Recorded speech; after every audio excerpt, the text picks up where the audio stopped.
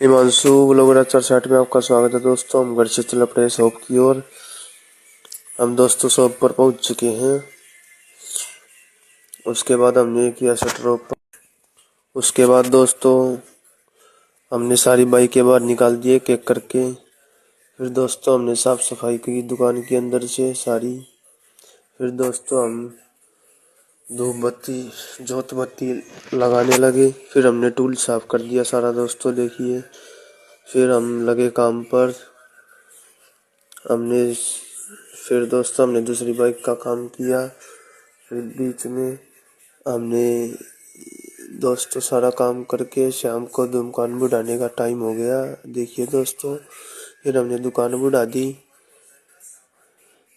फिर दोस्तों हम घर की ओर चलने के लिए तैयार हो गए।